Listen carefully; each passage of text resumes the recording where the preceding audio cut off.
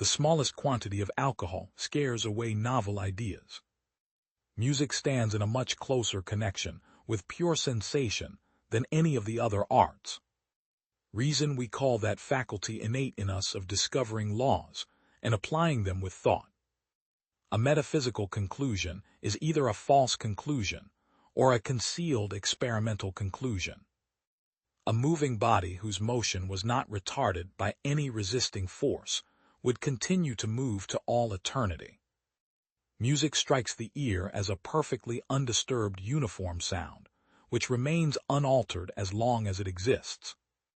All that science can achieve is a perfect knowledge and a perfect understanding of the action of natural and moral forces. Whoever, in the pursuit of science, seeks after immediate practical utility may generally rest assured that he will seek in vain. The quantity of force which can be brought into action in the whole of nature is unchangeable, and can neither be increased nor diminished. Each individual fact, taken by itself, can indeed arouse our curiosity or our astonishment, or be useful to us in its practical applications. What we see is the solution to a computational problem. Our brains compute the most likely causes from the photon absorptions within our eyes. Black is real sensation, even if it is produced by entire absence of light. The sensation of black is distinctly different from the lack of all sensations.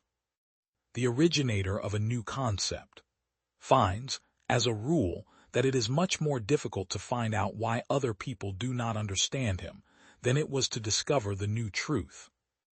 I think the facts leave no doubt that the very mightiest among the chemical forces are of electric origin. The atoms cling to their electric charges, and opposite electric charges cling to each other.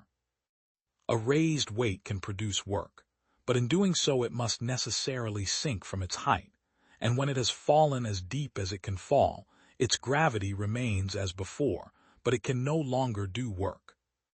There is a kind, I might almost say, of artistic satisfaction when we are able to survey the enormous wealth of nature as a regularly ordered whole, a cosmos, an image of the logical thought of our own mind.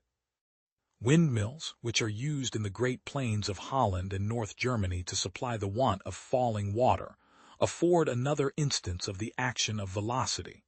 The sails are driven by air in motion, by wind. Not that I wish by any means to deny that the mental life of individuals and peoples is also in conformity with law, as is the object of philosophical, philological, historical, moral and social sciences to establish.